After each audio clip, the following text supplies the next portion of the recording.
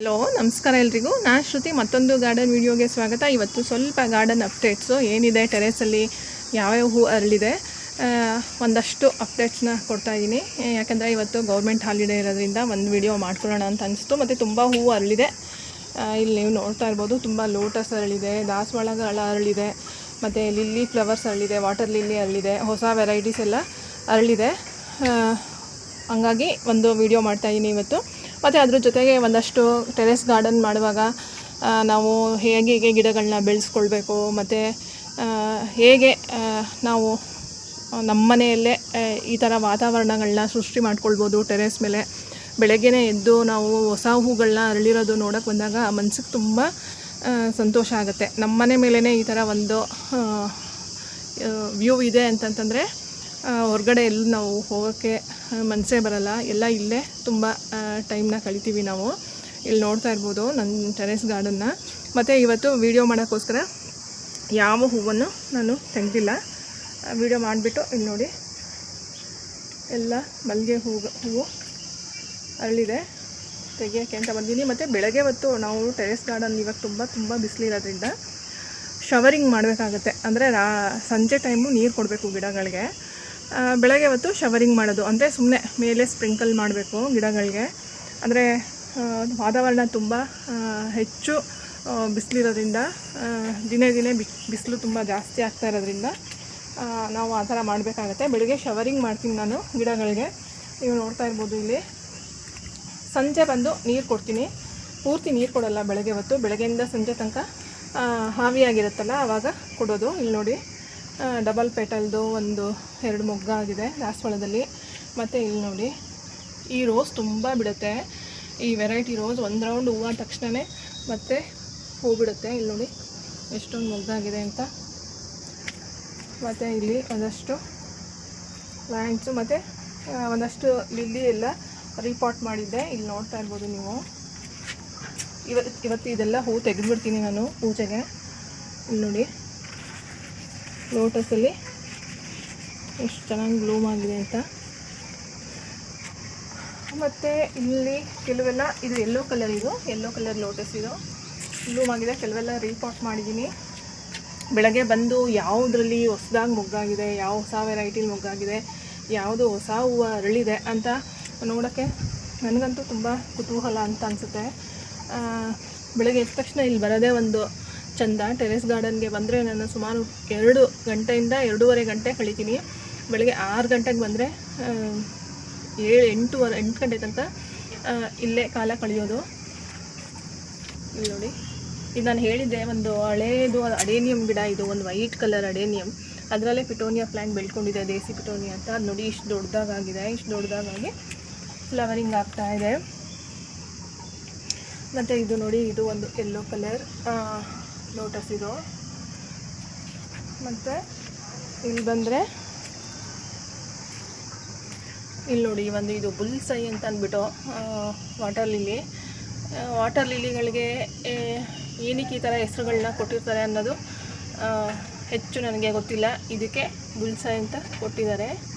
ಇಲ್ಲಿ ನೋಡಿ ಒಂದು ಒಳ್ಳೆ ಡಾರ್ಕ್ ಶೇಡ್. ಇದು ಸೆಕೆಂಡ್ ಡೇ, ಇದು ನಿನ್ನೆ ಫಸ್ಟ್ ಬ್ಲೂಮ್ ಆಗಿದ್ದು. ಒಂದು 3 ಡೇಸ್ ಹೀಗೆ ಬ್ಲೂಮ್ ಆಗುತ್ತೆ.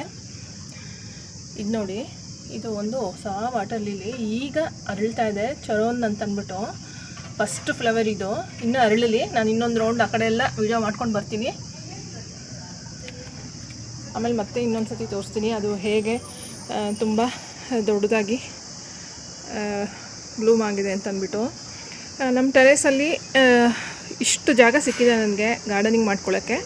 ಅರ್ಧ ಟೆರೇಸಲ್ಲಿ ನಮ್ಮ ಮನೆ ಏನಿದೆ ಅದರಲ್ಲಿ ಅರ್ಧ ಜಾಗ ಸಿಕ್ಕಿದೆ. ಯಾಕೆ ಅಂತಂದರೆ ಇನ್ನರ್ಧ ಇಲ್ಲಿ ಬಿಲ್ಡಿಂಗ್ ಕನ್ಸ್ಟ್ರಕ್ಟ್ ಆಗಿಬಿಟ್ಟಿದೆ ಇಲ್ಲಿ.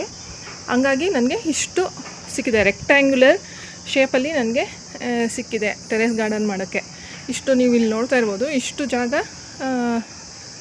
ಇಲ್ಲಿ ನೋಡಿ, ಇಷ್ಟು ಜಾಗ ನಿಮಗೆ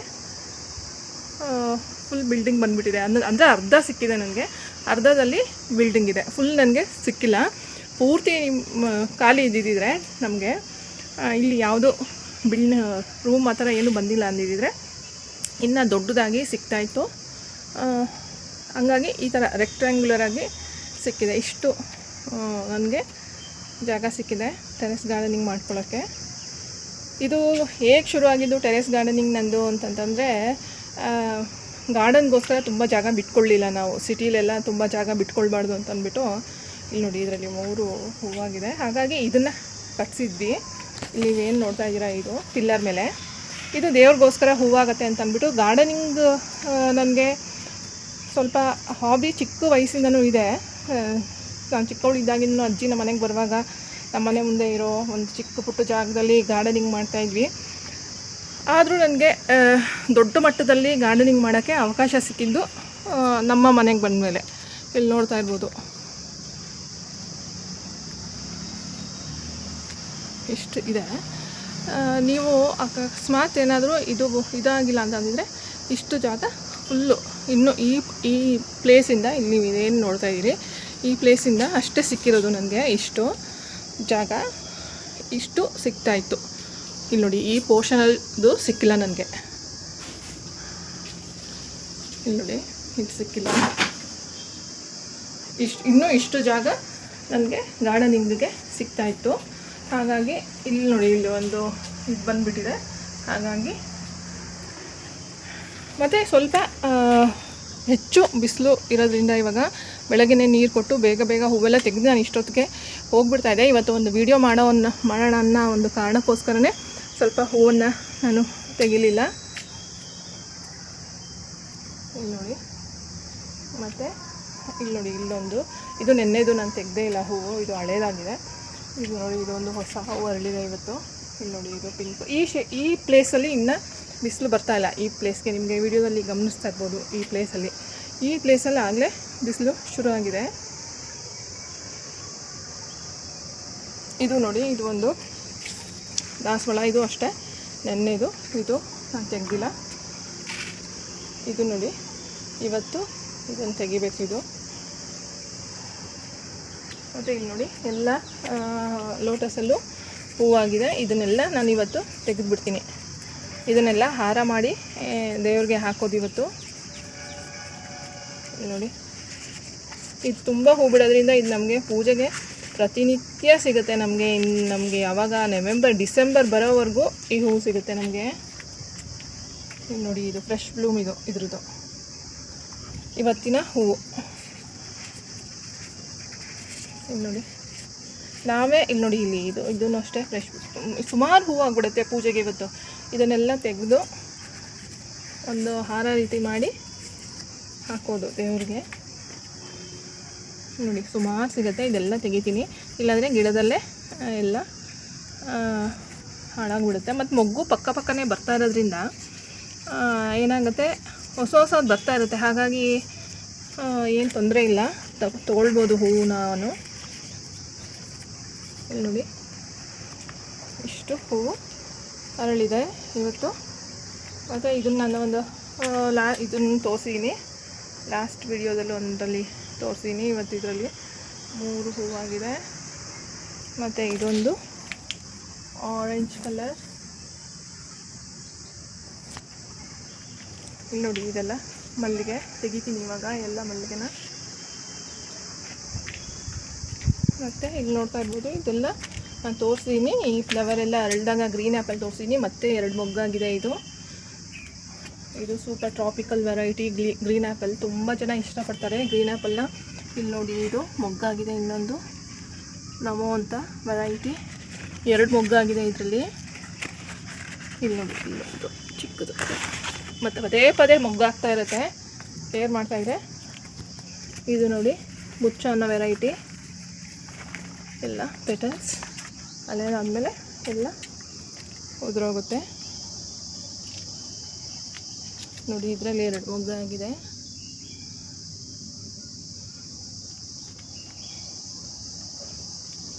ನೋಡಿ ಕೆಲವು ದಾಸವಾಳ ಎಲ್ಲ ಅರಳಿದೆ. ಮತ್ತು ಲಿಲ್ಲೀಸ್ ತೋರಿಸ್ತೀನಿ ಯಾವ್ಯಾವ್ದು ಅರಳಿದೆ ಅಂತ ಇವತ್ತು.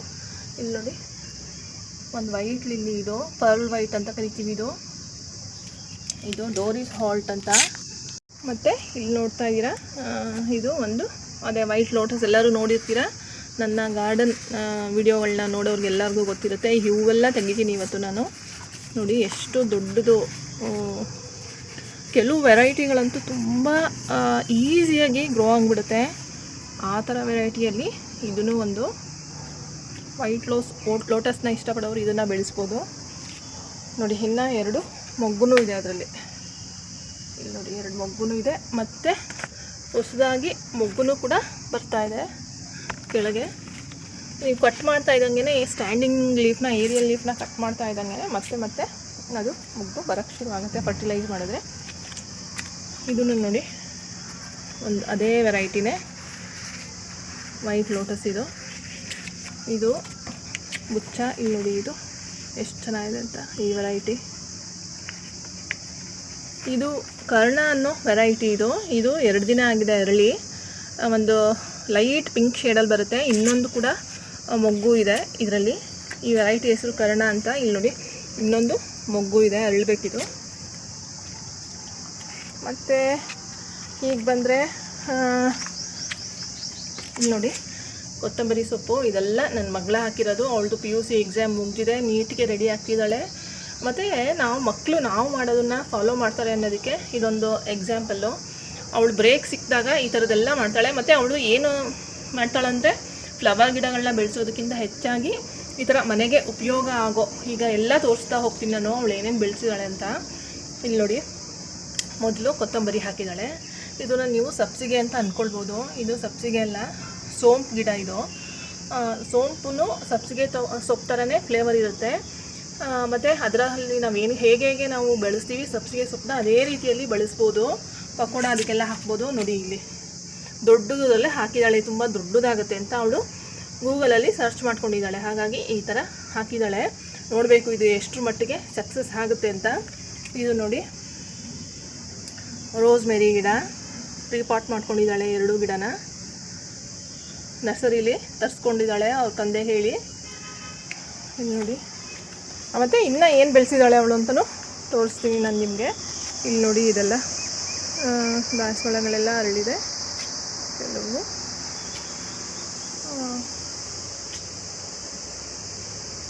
ಮತ್ತು ಇದು ನೋಡಿ ಪಿಂಕ್ ಕ್ಲೌಡ್ ವೆರೈಟಿ ಲೋಟಸ್. ಮತ್ತು ಇಲ್ಲಿ ಈಗಿದೆಲ್ಲ ಹೊಸದಾಗಿ ರೀಪಾಟ್ ಮಾಡಿರೋದು ಹೊಸ ವೆರೈಟಿ. ಮತ್ತು ಬನ್ನಿ ನಾನು ಇವಾಗ ತೋರಿಸ್ತೀನಿ ಏನೇನು ಬೆಳೆಸಿದ್ದಾಳೆ ಅಂತ. ಇದು ನಾವು ಅಂಗಡಿಯಲ್ಲಿ ಪುದೀನ ತರ್ತೀವಲ್ಲ ಆ ಪುದೀನ. ಇದು ಪುದೀನದು ಸ್ಟೆಮ್ಸು, ಹೈಬ್ರಿಡ್ ಪುದೀನ ಇದು, ನಾಟಿ ಎಲ್ಲ.